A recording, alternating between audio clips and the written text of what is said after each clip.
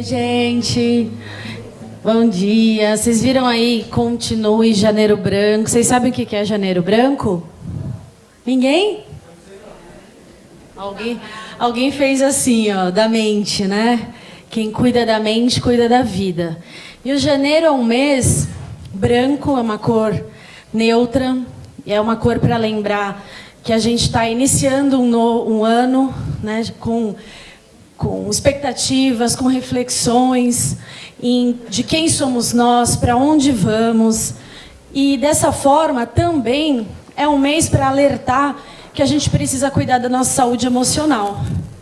A gente costuma ir a tudo quanto é médico. A gente sente uma dor e a primeira coisa que a gente faz é procurar um médico. Oftalmologista, ginecologista, cardiologista, dermatologista. A gente encontra especialista para tudo. Mas e das nossas emoções? Será que a gente cuida? Será que a gente olha para elas? Quem aqui, levanta a mão, que já ou está fazendo tratamento ou já fez tratamento psicológico?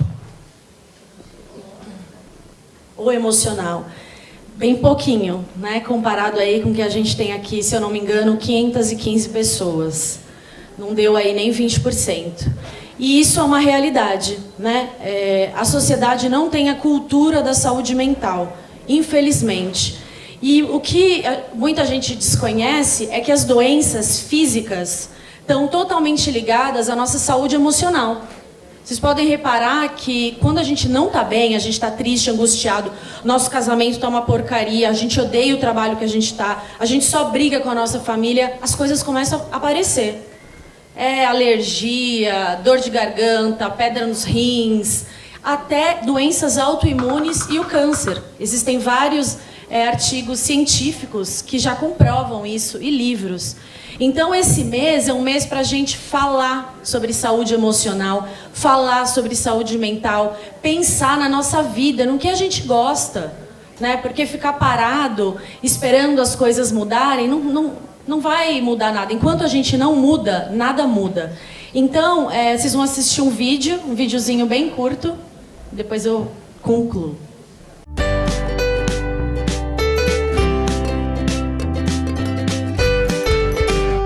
Olá pessoal, eu também estou no Janeiro Branco, mês para a gente conscientizar a sociedade sobre a importância dos cuidados com a saúde emocional e com a saúde mental. Durante todo o mês vocês vão conhecer histórias de pessoas que tiveram suas vidas modificadas para melhor depois de cuidar da sua saúde emocional. Eu só posso dizer que a minha vida mudou, eu voltei a ter brilhos nos olhos, eu voltei a ter vontade de viver a partir do momento que eu tive a humildade e reconheci o quanto eu precisava de ajuda. Eu consegui derrubar tabus e preconceitos relacionados a transtorno mental e hoje eu aderi a todos os tratamentos. Eu tenho uma psicóloga, um psiquiatra e isso só mudou a minha vida para melhor. Se você está em casa sofrendo, não esqueça, quem cuida da mente, cuida da vida. Olá, eu me chamo Érica e também estou aqui para falar do Janeiro Branco, uma campanha que ainda não é muito conhecida, porém é fundamental para a humanidade, que é a saúde mental. Sem ela, é impossível dar continuidade a qualquer outra área de nossas vidas. Eu tenho 35 anos, a maioria dos meus anos foram de puro sofrimento, exatamente por culpar o meu passado e as pessoas por isso. Hoje, com o tratamento, eu consigo perceber que, na verdade, o passado ele não muda, mas consigo ressignificar algumas situações da minha vida e trazendo isso para mim como um grande aprendizado. Olá, meu nome é Simone, eu sou psiquiatra. Vim aqui no Janeiro Branco dizer algumas palavras com o intuito da gente quebrar o preconceito das doenças mentais e de procurar ajuda de um psiquiatra e de um psicólogo também. Dentro da psiquiatria, as doenças mentais têm tratamento, os tratamentos são eficazes e existem até tratamentos de curto prazo, com o intuito de reinserir o indivíduo à sociedade. Um dos conceitos de doença mental é quando a gente perde a capacidade de fazer escolhas. Eu escolhi a vida e espero que você também faça essa escolha. Então são essas mensagens, toda semana vocês vão conhecer novas histórias de pessoas não só portadores de doença, como eu, mas também de profissionais da saúde. Então que a gente possa sair daqui falando sobre isso, conversando com os nossos familiares, olhando para os nossos filhos, porque isso não é frescura, isso não é uma opção, isso é uma condição e é uma doença. Nada tem a ver com espiritual. A gente recebe pessoas aqui todo dia que, eu tô com obsessor, eu tô isso, tô aquilo. Doença é doença, espiritualidade é espiritualidade.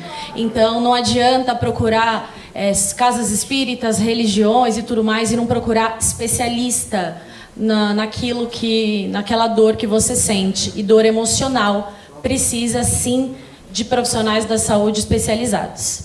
A gente tem um grupo Continue Aqui na Casa. É um grupo voltado para amparar, acolher e amar pessoas em sofrimento mental ou que possuam sintomas ou diagnóstico de algum tipo de transtorno mental. São grupos pequenos, onde só existem portadores de doença e a gente leva informação e a gente acolhe uns aos outros. Porque tem muito preconceito, infelizmente, na sociedade. Então, para participar, quem tiver interesse, existe uma triagem, né? E é só me procurar o voluntário, que eles vão poder te orientar. A gente tem também uma página no Facebook e no Instagram. Grupo Continue Tudo Junto. Lá vocês vão encontrar também um monte de informação relacionada a esses assuntos e dá para entrar em contato via e-mail, via inbox. A gente responde rapidamente, tá bom? Nossa, genial. Então, quem cuida da mente, cuida da vida. Não esqueça. Obrigada. Agora, a nossa querida Mônica Medeiros. Uma salva de palmas para ela, pessoal. Posso subir, porque eu sou baixinha? Bom dia, pessoal, tudo bom?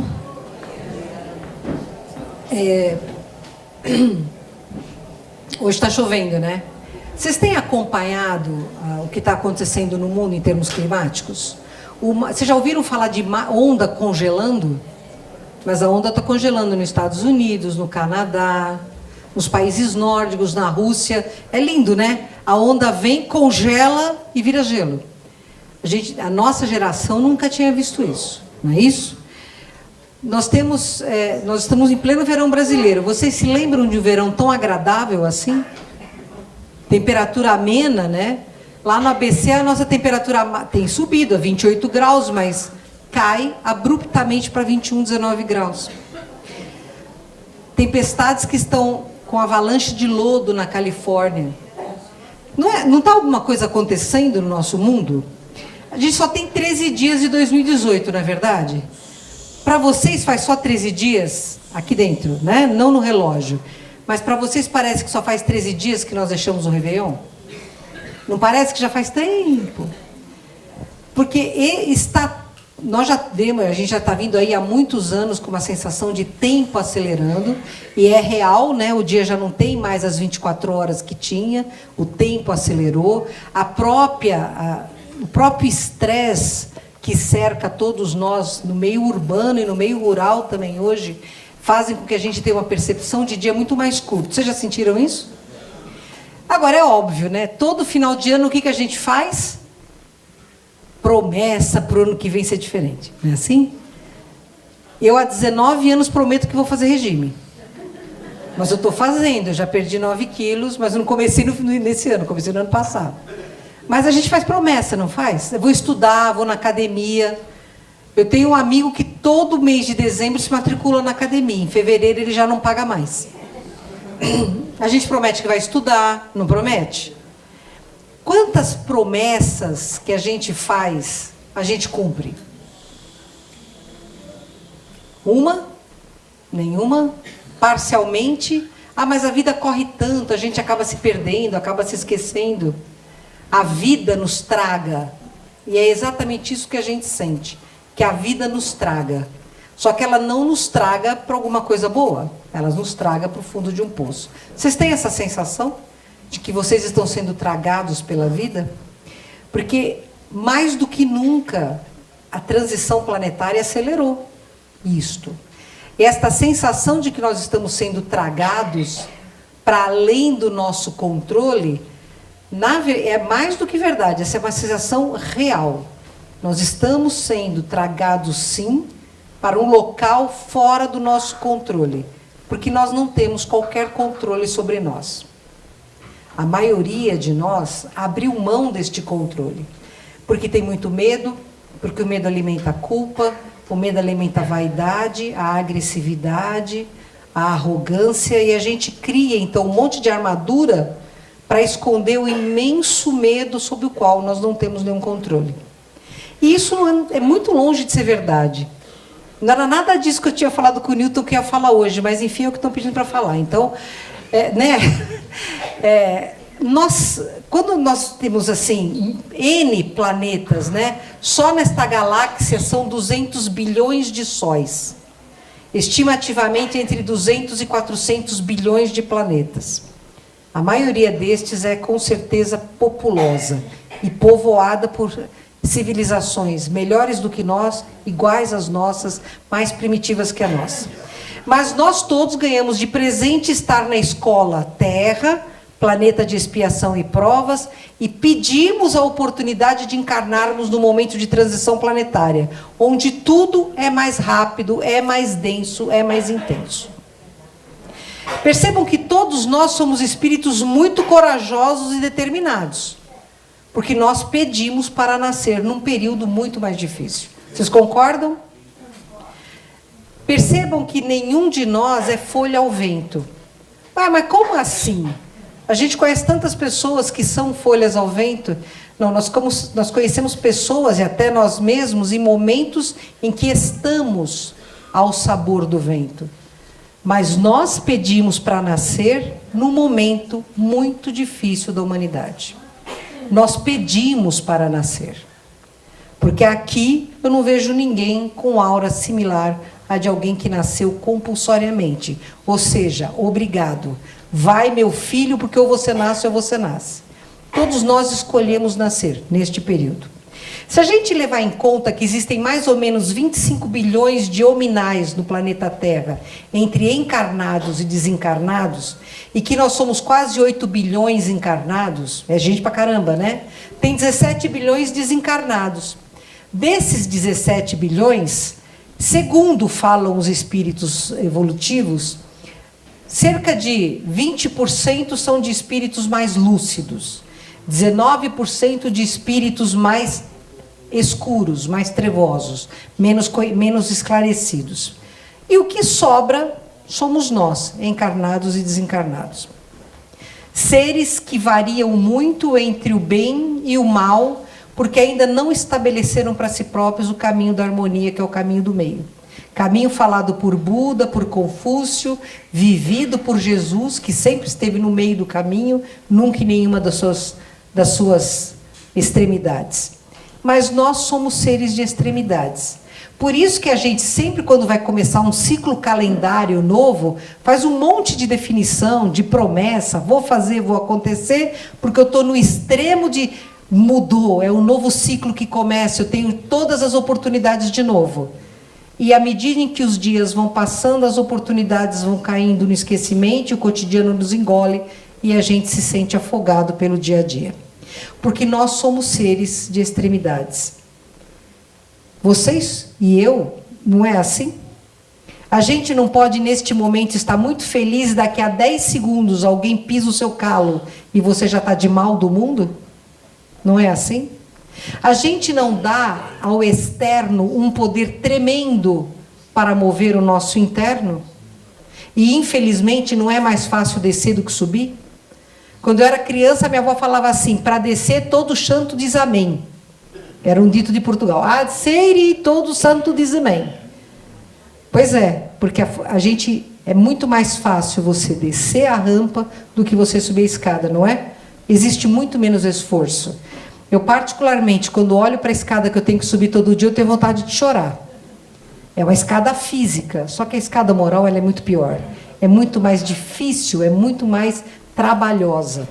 E nós, diariamente, somos confrontados com escadas morais. E isso torna para a gente a vida um peso, que a gente chega um momento que você sente ela tão pesada que você acha que você não vai conseguir adiantar. Você não vai conseguir andar, você não vai conseguir superar.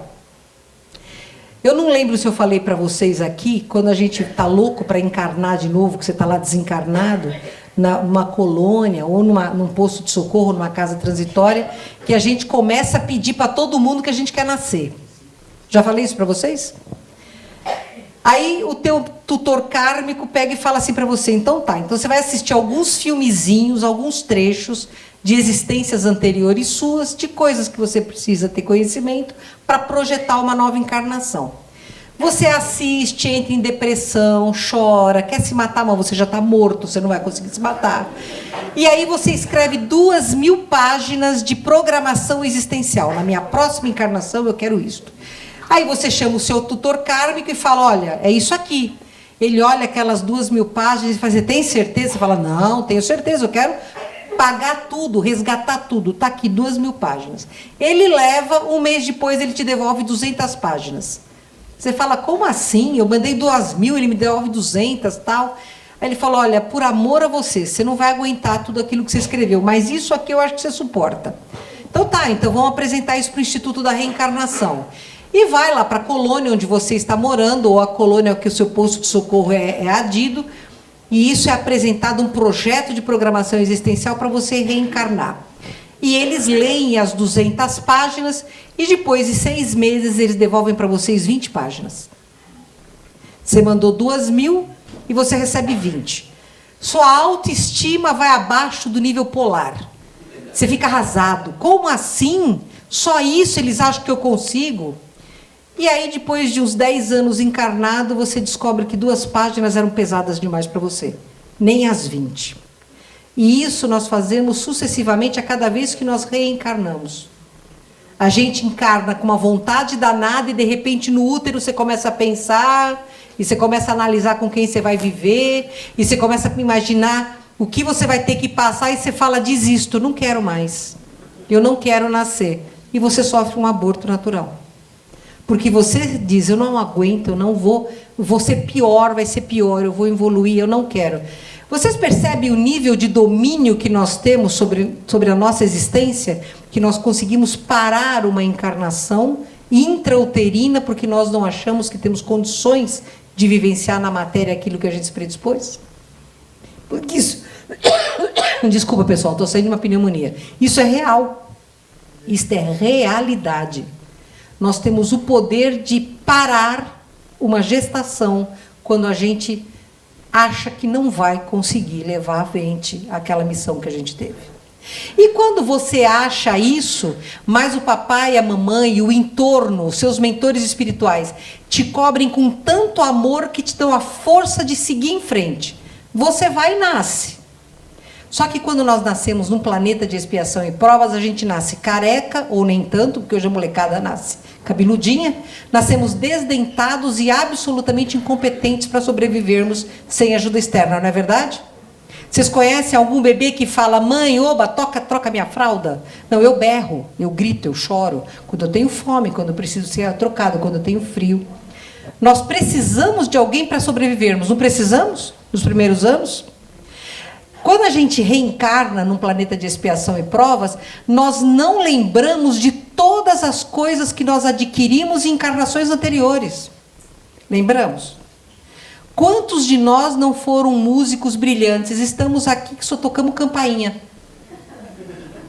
Ou foram escritores maravilhosos, ou foram guerreiros, ou foram assassinos, ou foram difamadores, ou foram professores, ou foram advogados, ou foram juízes do Supremo Tribunal Federal. É um karma danado.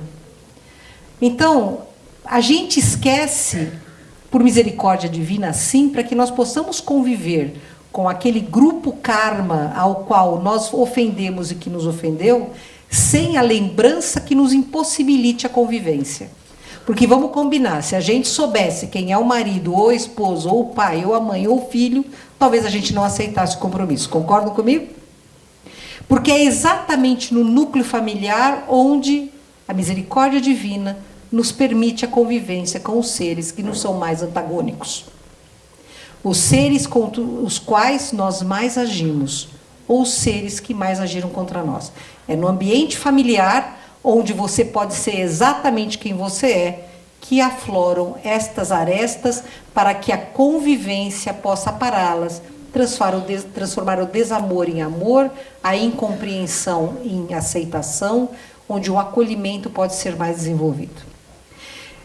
Mas qual é o problema deste estágio 2018 num planeta de expiação e provas que está nos seus estertores, porque o planeta de regeneração está chegando? O problema é que está tudo muito acelerado. Então, nós estamos hoje vivendo um esfacelamento da célula máter da sociedade, que é a família. Esfacelamento esse que começou lá no pós-Segunda Guerra Mundial, onde as mulheres tiveram que sair para trabalhar, para se sustentar, porque os homens estavam na guerra, e a mulher, ao sair e ganhar independência, não aceitou mais o papel de dona do fogão. E foi ótimo que assim fosse, porque a inteligência feminina é idêntica à masculina, se não for superior, vamos combinar. Estamos em maioria feminina, né? Então eu posso falar isso na boa aqui. Mas a inteligência não tem sexo. Na época que eu fiz medicina, que eu sempre quis fazer cirurgia, o meu professor falava assim, mas você é mulher. E ele sempre falava isso na sala de cirurgia. Um dia eu me enchi e falei para ele, doutor, onde que o senhor está vendo sexo nos meus dedos? Eu uso 7,5 de luva, o senhor também. Onde que está o sexo? Nos meus dedos. Aí ele me expulsou da sala. Mas tudo bem, porque depois ele me colocou na equipe dele. Porque sexo só existe no biótipo físico da cintura para baixo. Aqui dentro, nós não temos diferenciação de sexo. E hoje a gente está vivendo uma enorme bagunça na sociedade por causa disso, não estamos? Pois é.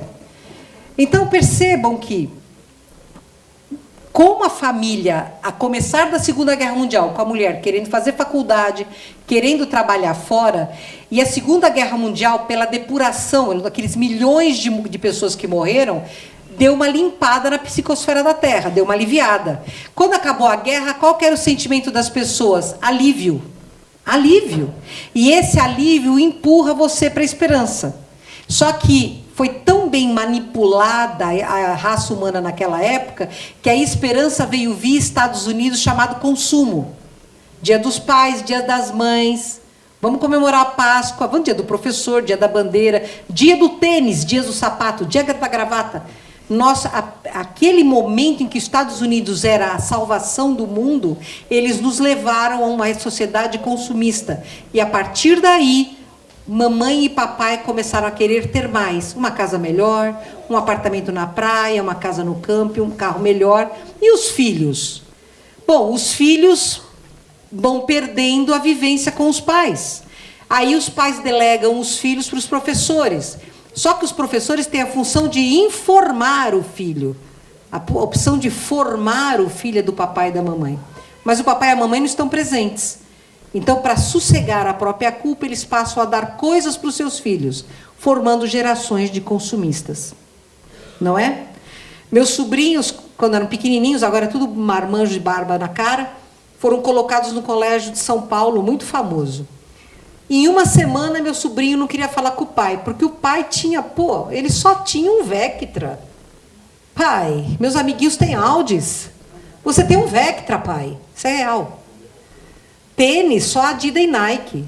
Puma, não, que isso. Eu não posso ir com isso aqui para a escola. Hoje, criança de 3 anos tem celular e iPad.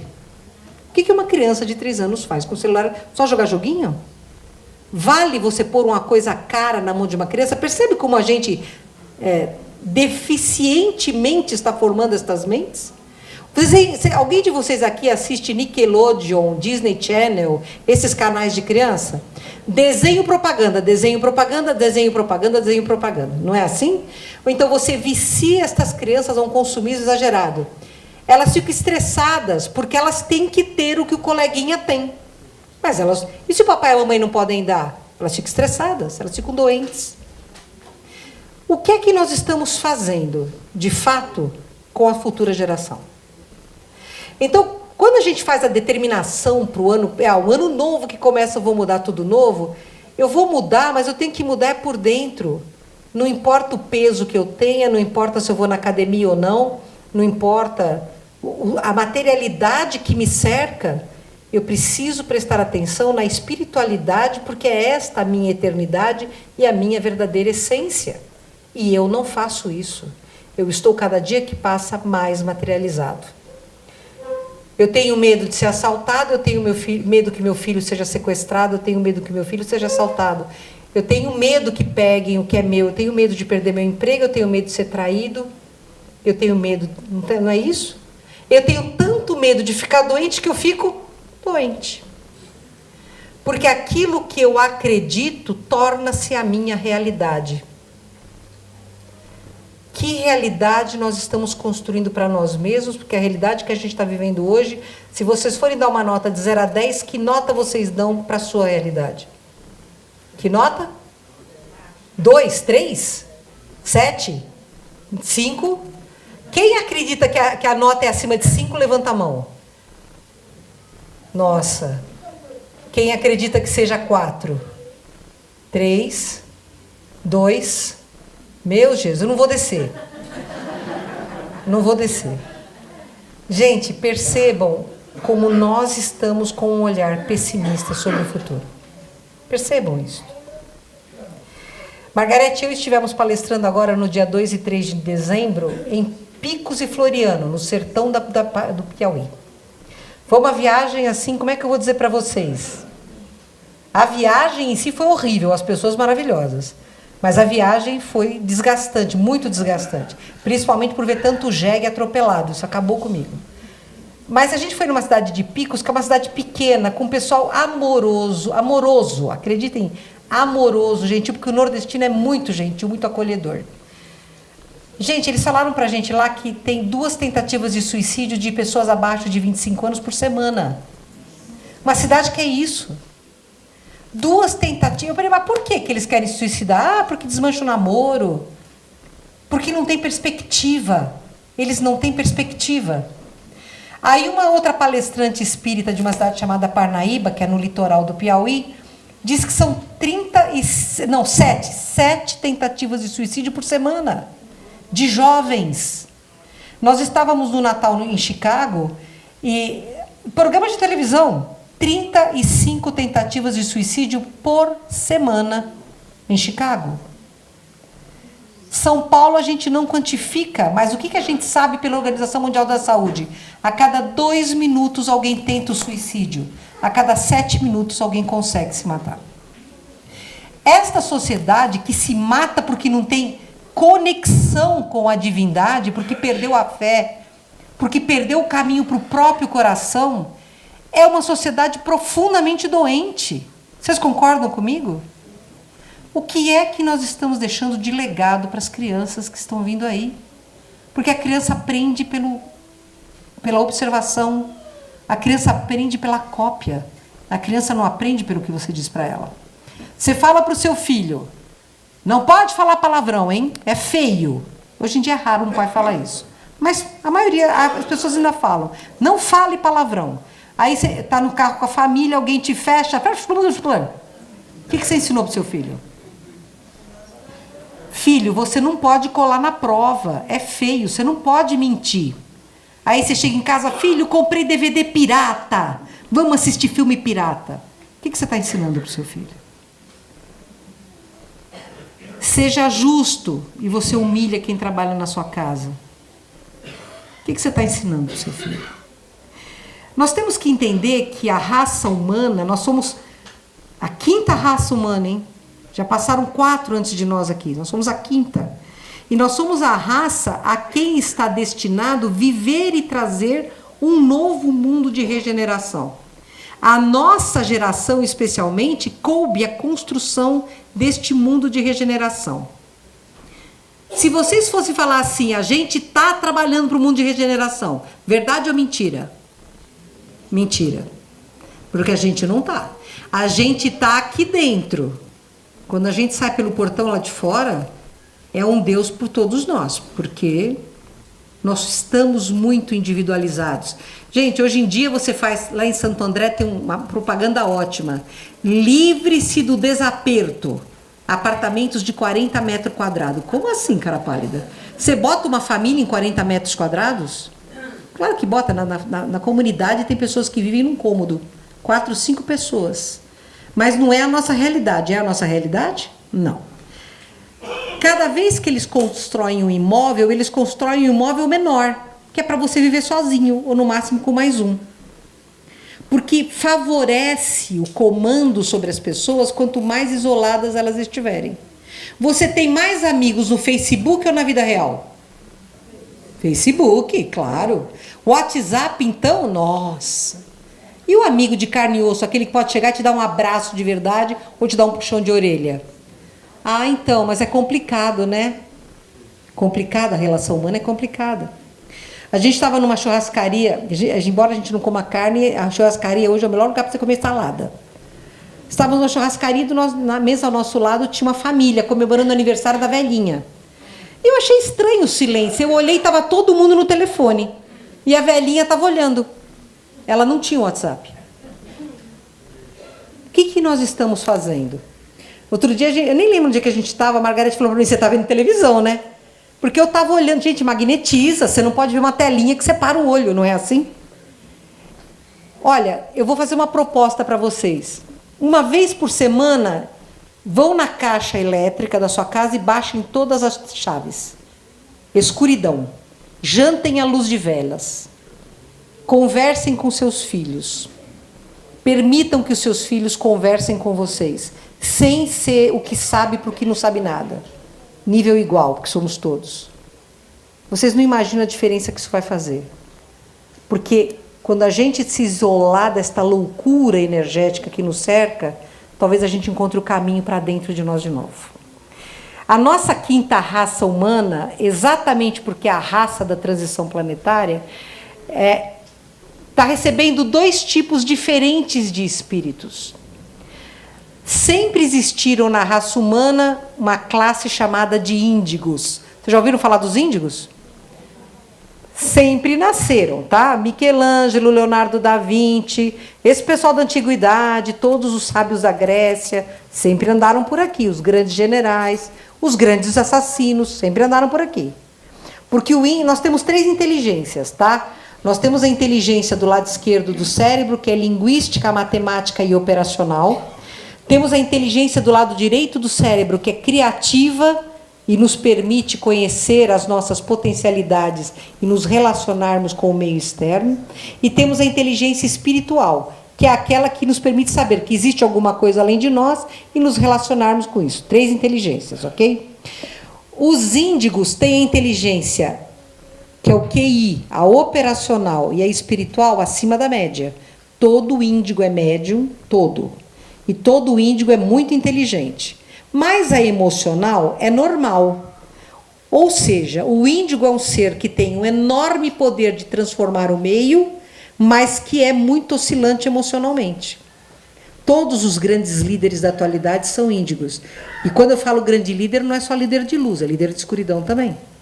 Percebam que o índigo modifica onde ele está, porque ele é carismático, é um líder nato, sabe falar, tem uma energia muito grande, então ele movimenta. O que falta para o índigo? O equilíbrio do caminho do meio. Ele não tem.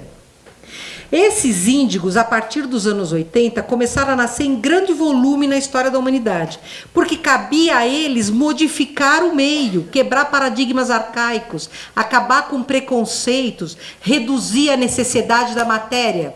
Isso aconteceu?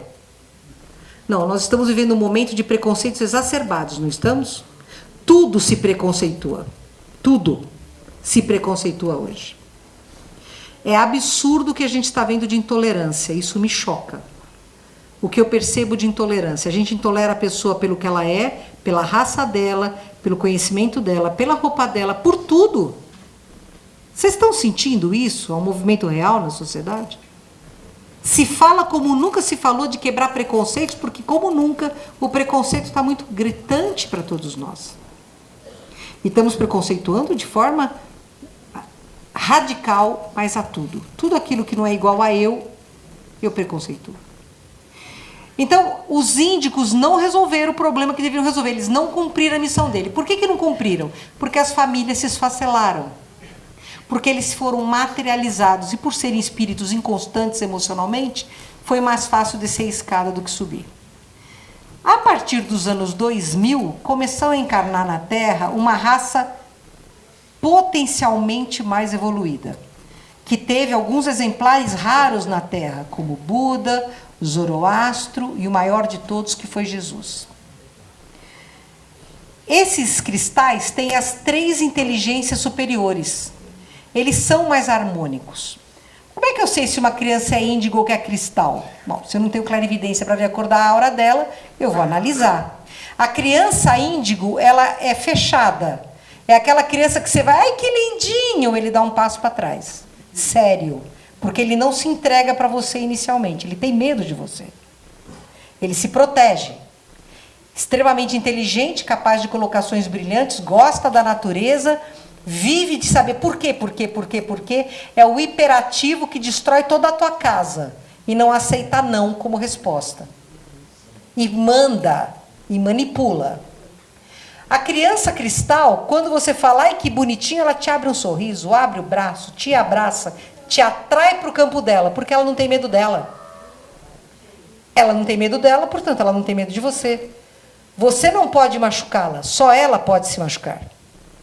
Então, a criança cristal está mais preparada para trazer o quê? O amor. Entenderam?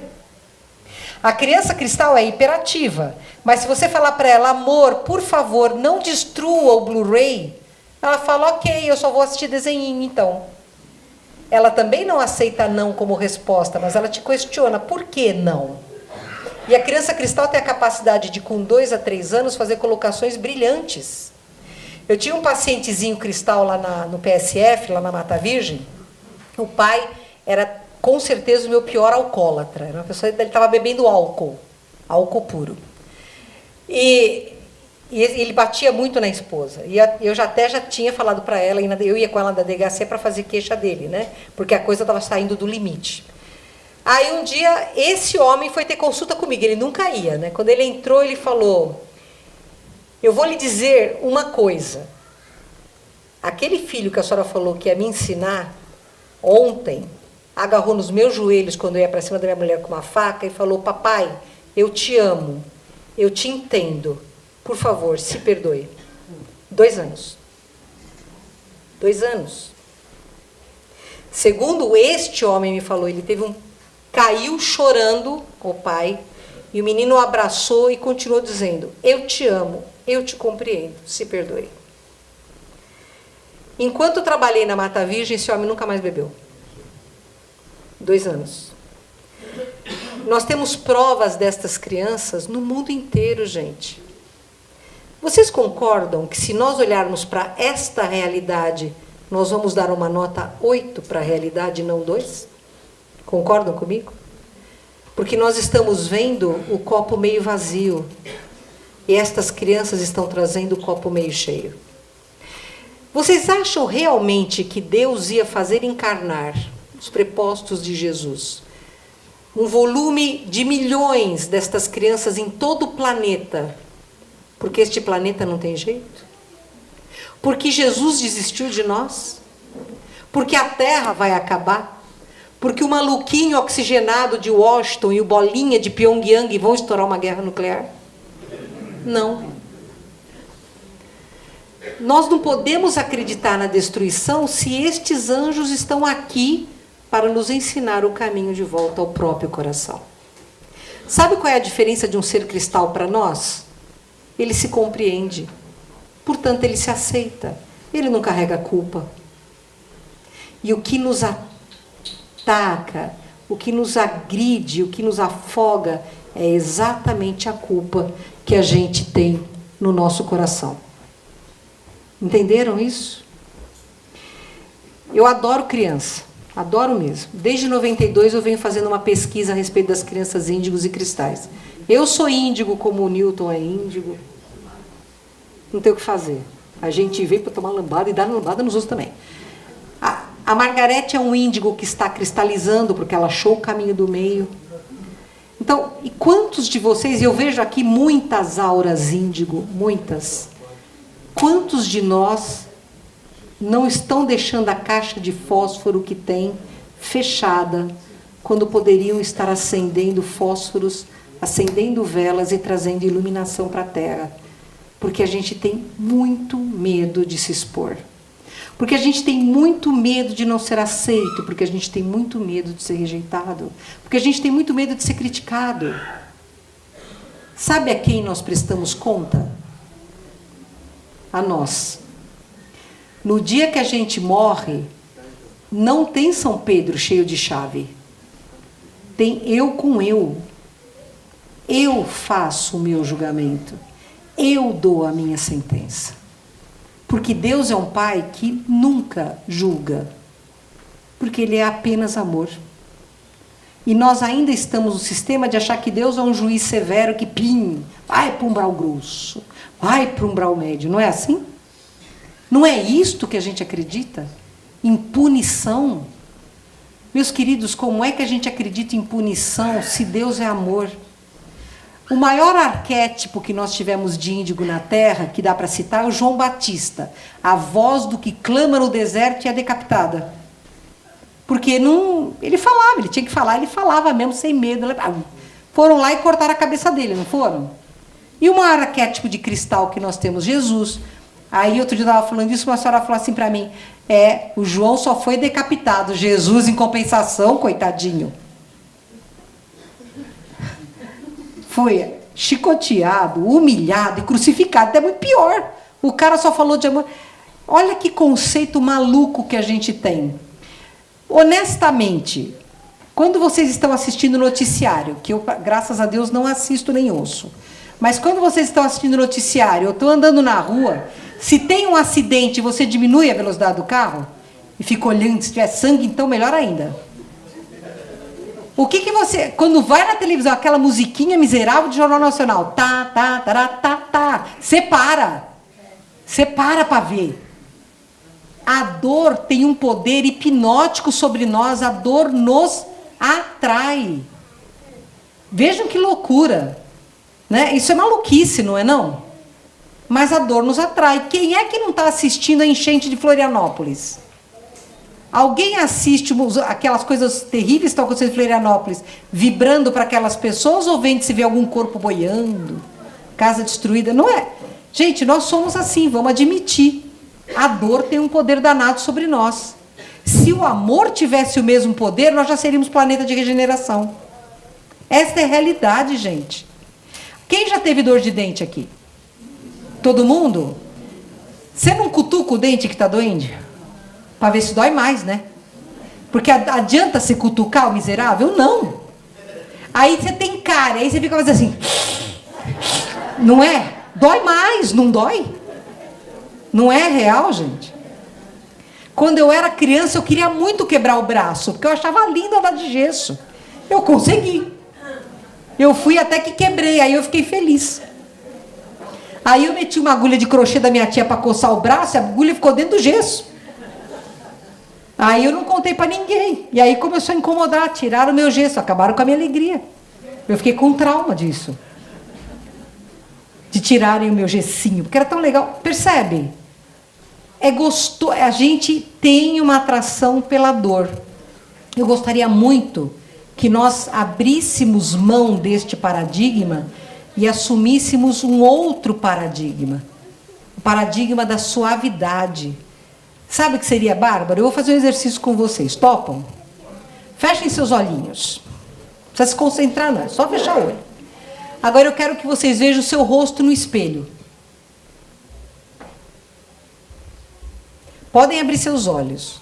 Levanta a mão quem conseguiu se ver nitidamente no espelho da imaginação. Bárbaro, dá o que isso? Uns 20%? 20% conseguiu.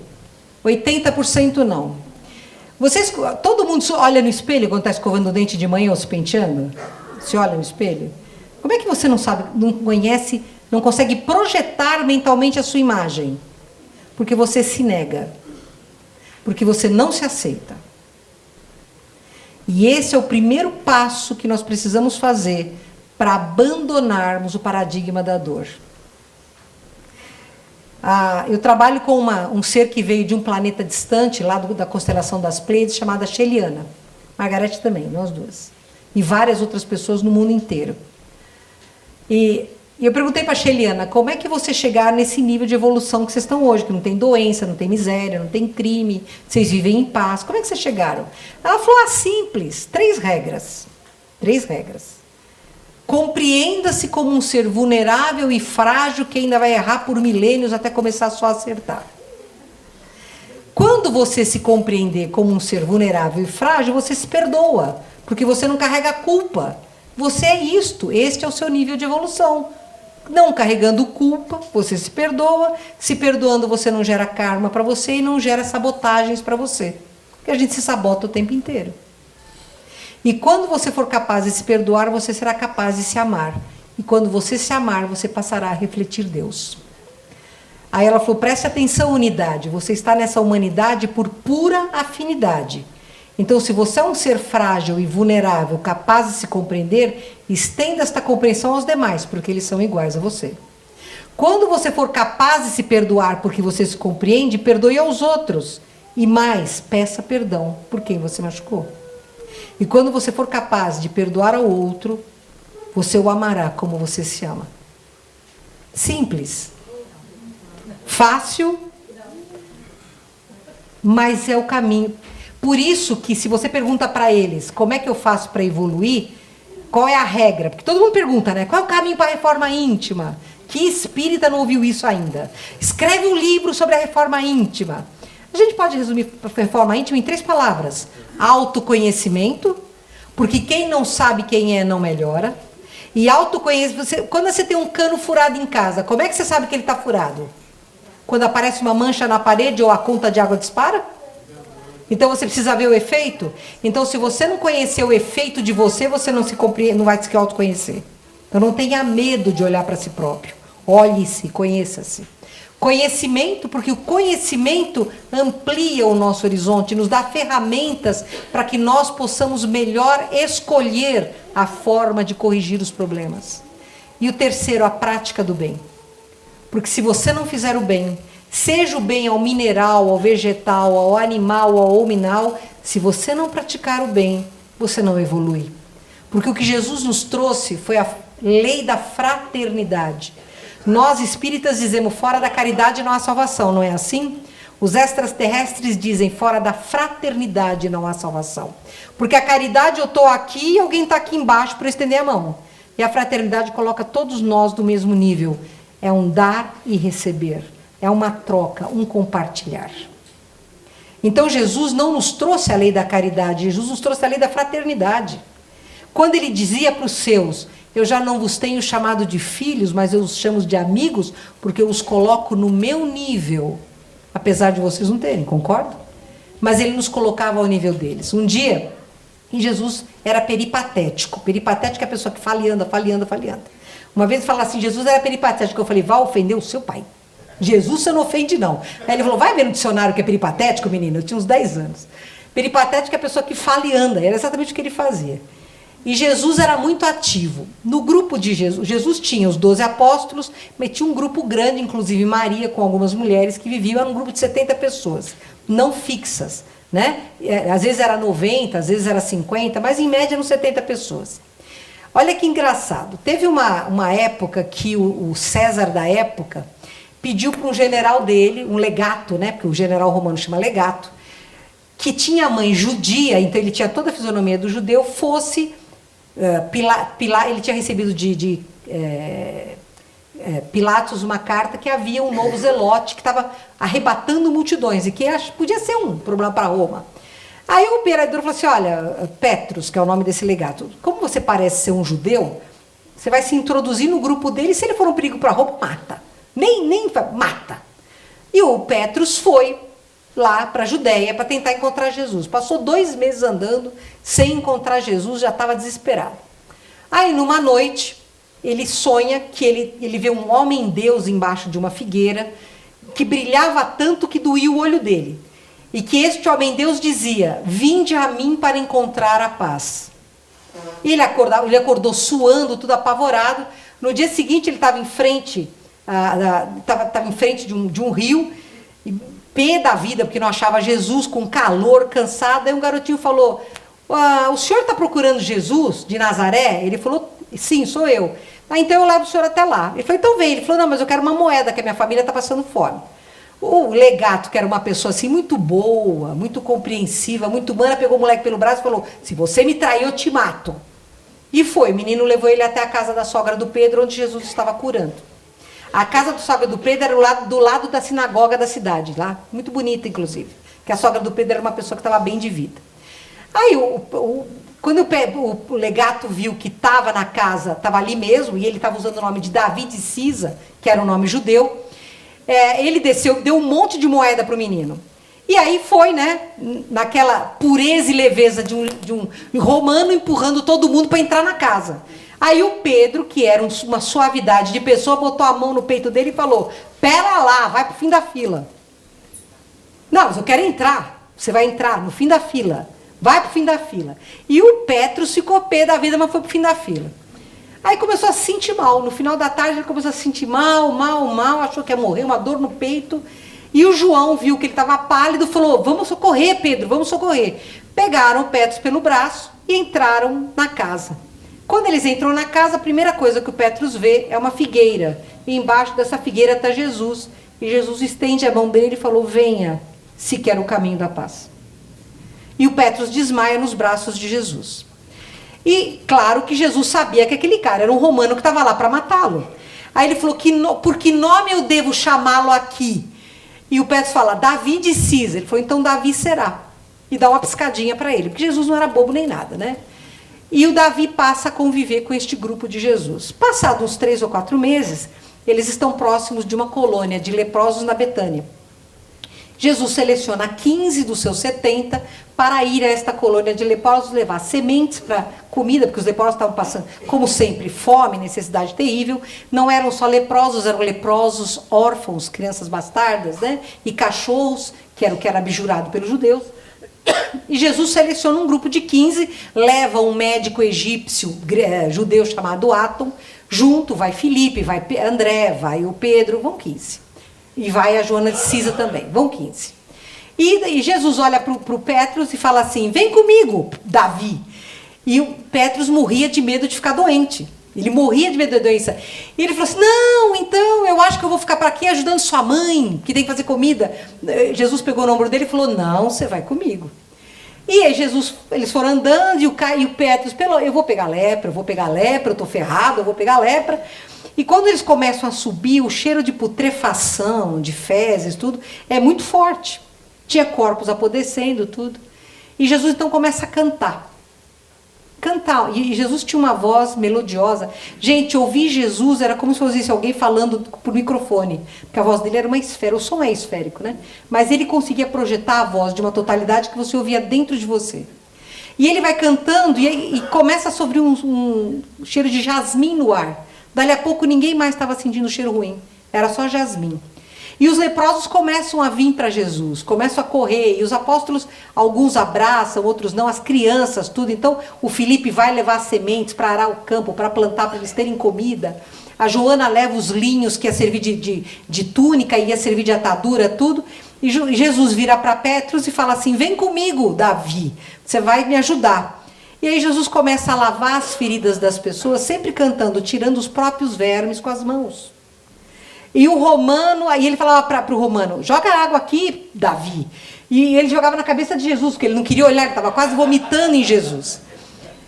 Passado algumas horas, o amor de Jesus contagia o romano. E ele começa a olhar para aquelas pessoas com uma visão que ele nunca viu.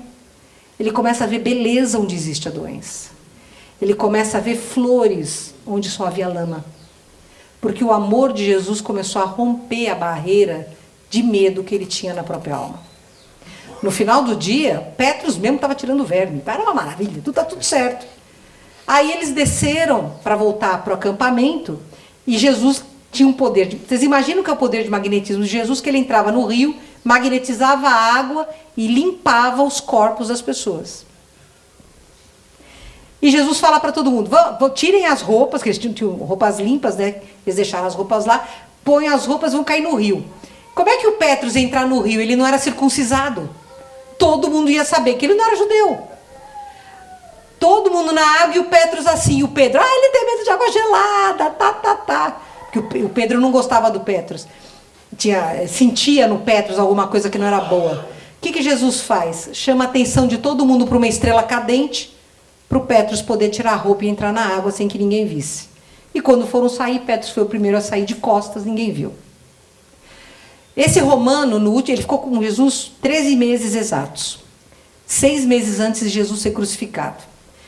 Quando eles se despediram, esse romano diz a Jesus, você é o maior dos deuses.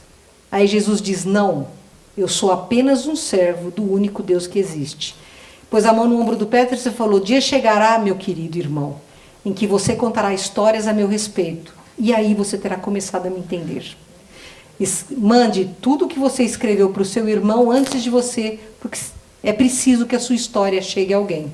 Ele tinha um diário, ele manda por um outro navio para o irmão dele que morava em Herculano. Na volta, e Petros sai totalmente crente de que Jesus era o maior dos deuses. Ele até parou de fazer sacrifício para Marte, já nem ligava mais para Marte nem nada. No caminho de volta, a galera dele é pega por uma tempestade e afunda. E ele está tentando se salvar naquele mar revolto e começa a gritar, Jesus, Jesus, Jesus. E Jesus aparece e fala para ele, se entregue sem medo, venha para a paz. Mas o Petros estava com muito medo de morrer. Ele morre e passa a odiar Jesus, porque Jesus podia tê-lo salvo e não salvou. E Petros demora 3 encarnações sucessivas para retomar o amor por Jesus. Até que ele encarna um grego cristão e que vai ouvindo falarem os ensinamentos de João e Maria e volta ali a crer Jesus e a partir daí ele vem evoluindo.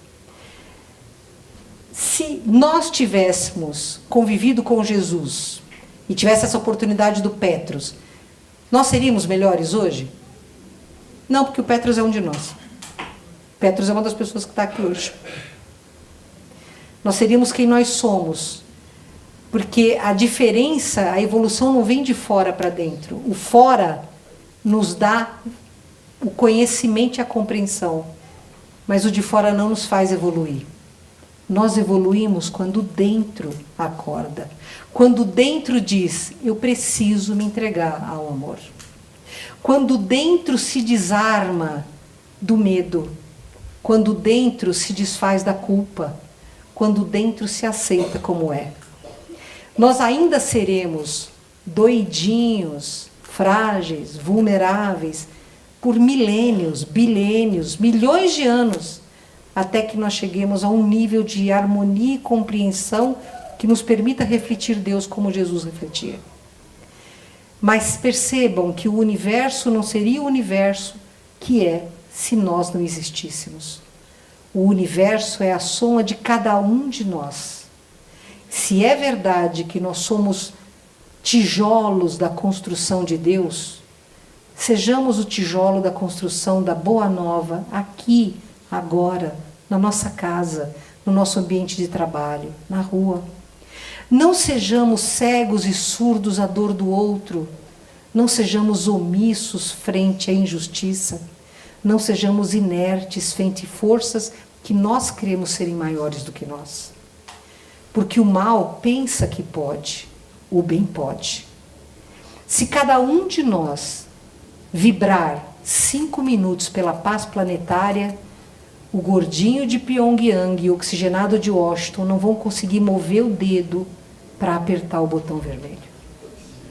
Se nós fôssemos acreditarmos na força que temos, nós somos capazes de limpar o Brasil desta imundície que existe. Se nós acreditarmos na força que temos, nós vamos ver alguém na rua e no momento de ver aquela pessoa fazer uma prece para o seu anjo guardião, aquela pessoa será socorrida. A Margarete tem programa de índio, tem que lhe contar. Semana passada ela resolveu ver uma festa de reis em Sorocaba. Eu falei, folia de reis em Sorocaba? Tá chovendo. Não, vamos que vai ser maravilhoso. Vamos embora. Chegamos na praça de Sorocaba, drogados, alcoólatras, uma coisa. Eu falei, meu senhor, aqui não vai rolar folia de reis nenhuma. Aí não tem ninguém, não sei. A imprensa não sabia, tinha imprensa lá, não sabia. Jornaleiro não sabia, ninguém sabia. Entramos na igreja, foi lá dentro, a Margarete falou, já falaram, já foram embora. Não, vamos esperar um pouco, vamos comprar presente para uma criancinha que vai nascer. Na volta, achamos a Kombi da Folia de Reis. Eles estavam voltando. Aí logo, né, fomos lá, nós duas mais a Lígia, uma amiga, ficamos as três assim, viemos de São Paulo, né? Tal, e eles ficaram felizes de ter alguém para assisti-los. E a gente foi acompanhando. Eu não sei, alguém aqui já assistiu Folia de Reis? Maravilhoso, né? Eles foram até o presépio que ficava no coreto da praça. Quem chegou antes de nós? Os bêbados e os viciados. Um senhor, quando eles começaram a cantar, se ajoelhou e começou a pedir para Deus ajuda. Ele está morador de rua, abandonado, sabe? Aquilo que a gente vê de miséria. Outros dois ficaram brigando entre si ali e aquele senhor passou o tempo inteiro em oração. Gente, de dentro do presépio começaram a vir espíritos de luz. Aquele senhor foi amparado, tratado. Quando acabou a Folia de Rei, ele estava sublimado. Ele vai continuar na rua, mas percebam que esse espírito foi curado. Bom, nós temos um projeto na Casa do Consolador que chama Irmã Dulce, que no inverno a gente sai para dar bebida quente, comida e ração e roupa na rua e água nas noites.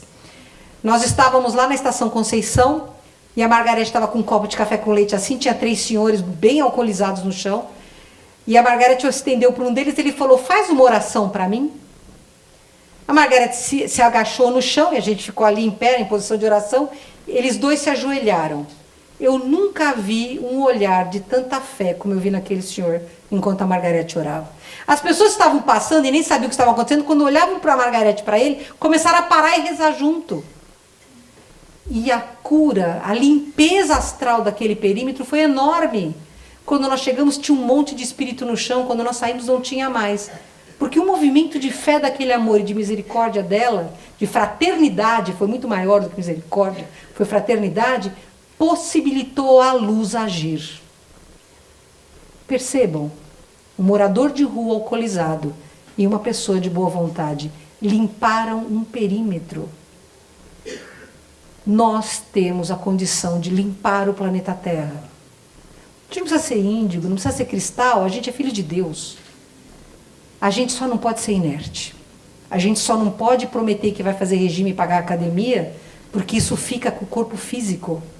Nosso compromisso em 2018, um ano que vai ser de muita correção de rumo, muitas mudanças na vida da maioria de nós. Não tenham medo das mudanças, aceitem as mudanças com serenidade. É recolocação na estrada. É misericórdia divina.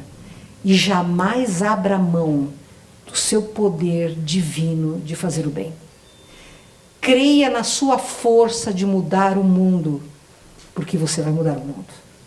Nós somos arautos do Cristo, nós somos os soldados da última hora. Ele precisa do concurso de cada um de nós para limpar os leprosos da alma.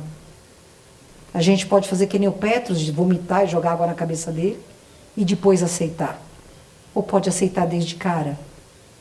Nós também somos doentes na alma. Nós também precisamos que alguém venha nos curar. Mas sejamos agentes de cura.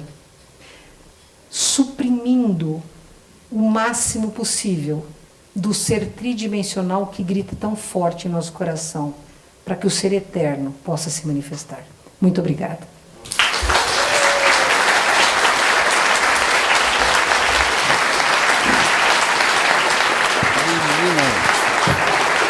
O que é isso? Meu Deus. Não tem o que falar, né? Não tem o que falar. Mônica, que espetáculo, espetáculo. O ano que vem a gente vai combinar, então nós vamos para Sorocaba junto com elas, tá? Margarete leva a gente. Hein, Margarete? Vamos todos juntos. Vamos juntos.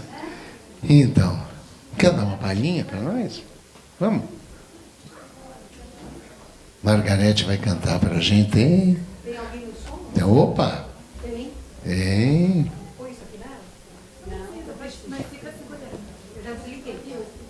Oi. O próximo. Vamos. Espetáculo. É isso aí, gente. Nós não podemos ficar inertes.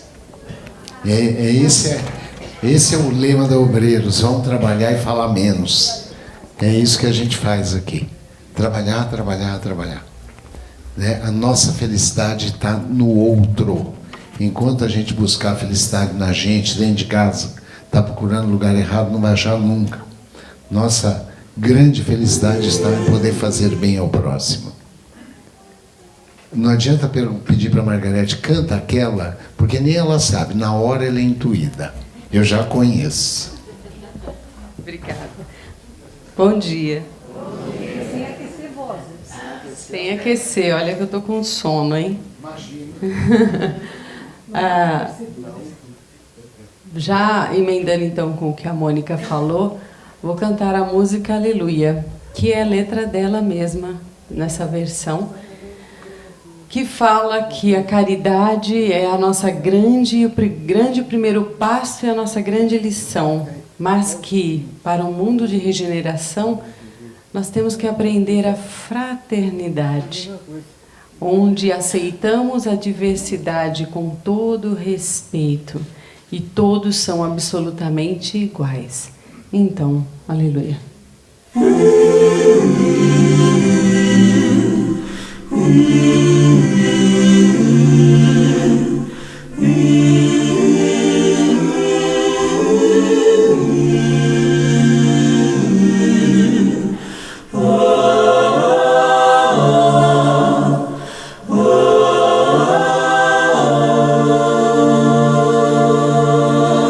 Um pai distante ao lar voltou, um bebê doente se curou e os corações se encheram de ternura. Um desamparado se salvou porque alguém lhe teve amor e não há tristeza alguma. Aleluia, aleluia, aleluia,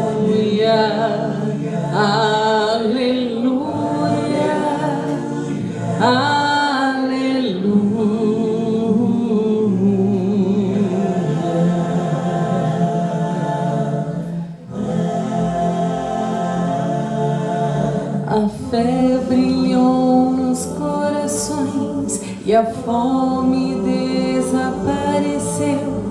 Caridade, enfim, a todos aqueceu. E a guerra então se acabará e o mundo assim viverá em paz, sem medo ou mal algum. Aleluia, aleluia, aleluia,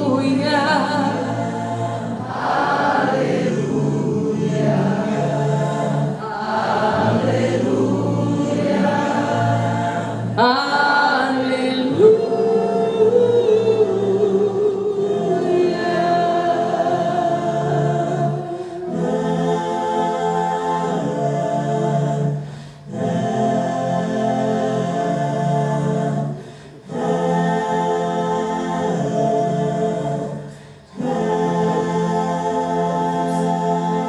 porque a lei é o amor e não mais existe violência e dor, apenas o melhor das almas puras.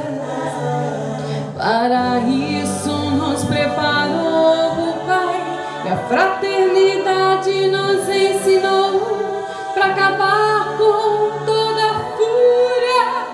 Aleluia, aleluia, aleluia, aleluia,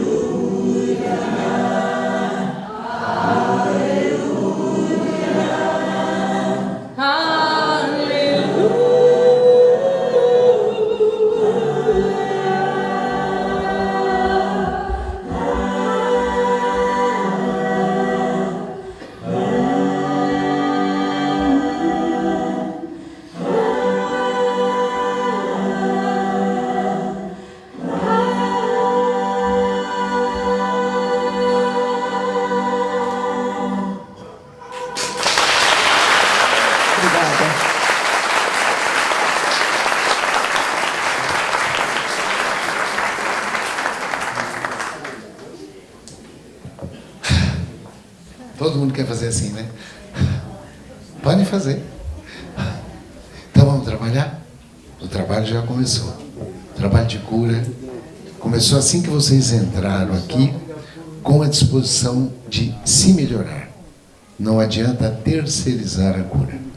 A cura vem de dentro para fora. Não é da obreiros para vocês, mas é de dentro de vocês. E isto vai contaminando. E de repente, um está curando o outro. Somos todos nós energias interligadas. Jesus tinha razão. Nós somos luzes e temos que nos comportar como tal. E como tal, vamos agradecer a Ele por este momento mágico, pela vinda da Mônica e da Margarete aqui hoje, pela vinda de todos vocês aqui hoje. A minha eterna gratidão. E expresso a minha gratidão primeiramente a Moisés, ao nosso querido Moisés, por ter trazido a nós a lei, a Torá.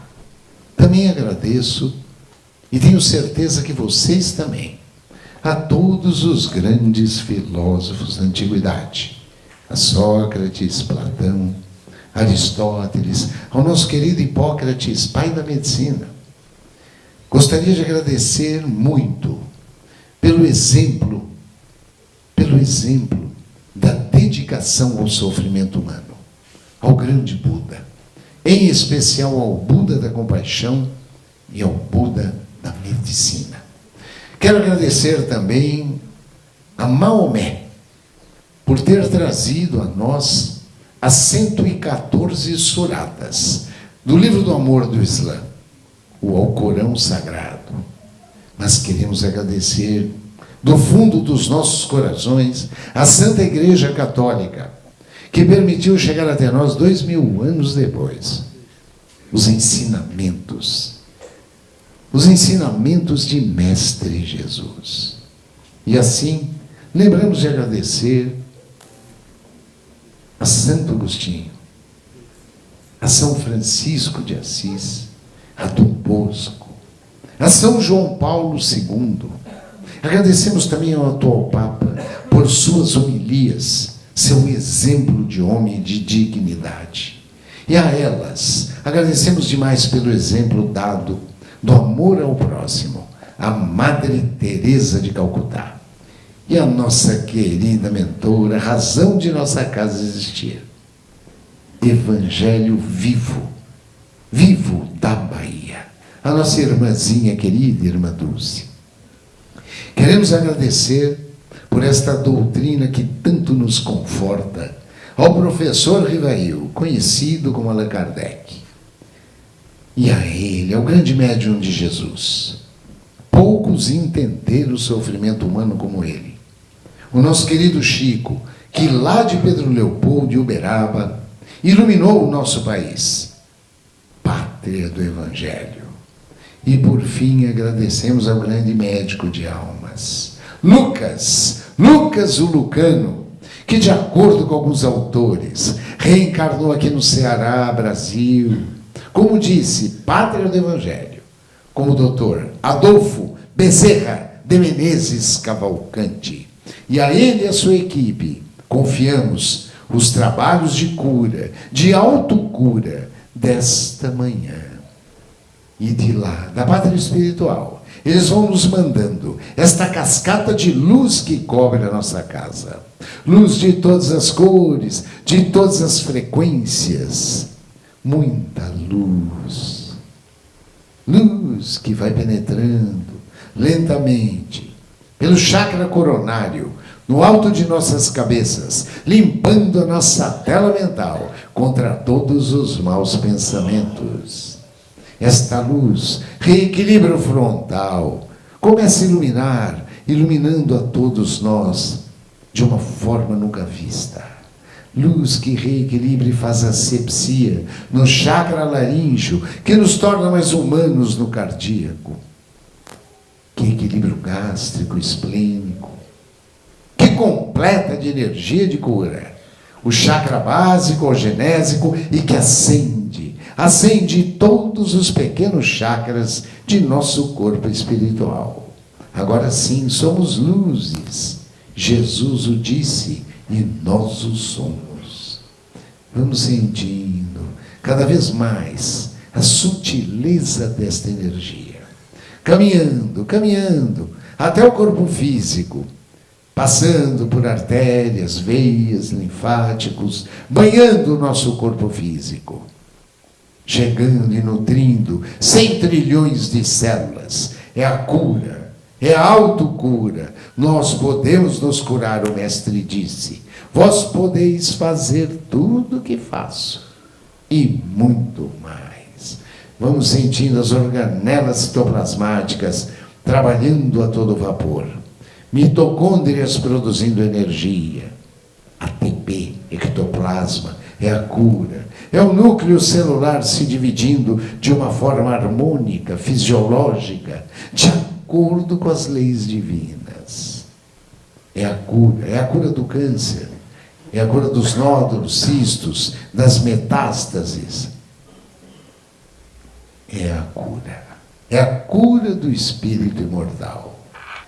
E assim, em sinal de agradecimento por este processo já iniciado, nos comprometendo em trabalhar na seara do Cristo, nos comprometendo hoje melhor que ontem, e amanhã certamente melhor do que hoje, vamos agradecer a Jesus através da oração que Ele próprio nos ensinou. Pai nosso que estais nos céus, santificado seja o vosso nome, venha a nós o vosso reino, seja feita a vossa vontade, assim na terra como nos céus. O pão nosso de cada dia nos dai hoje, perdoai as nossas ofensas, assim como nós perdoamos a quem nos ofendido. E não nos deixeis cair em tentação, mas livrai-nos do mal. graças a Deus, que nosso Mestre nos oriente, nos ilumine e nos abençoe em mais um dia dele. Graças a Deus, vamos trabalhar, vamos trabalhar.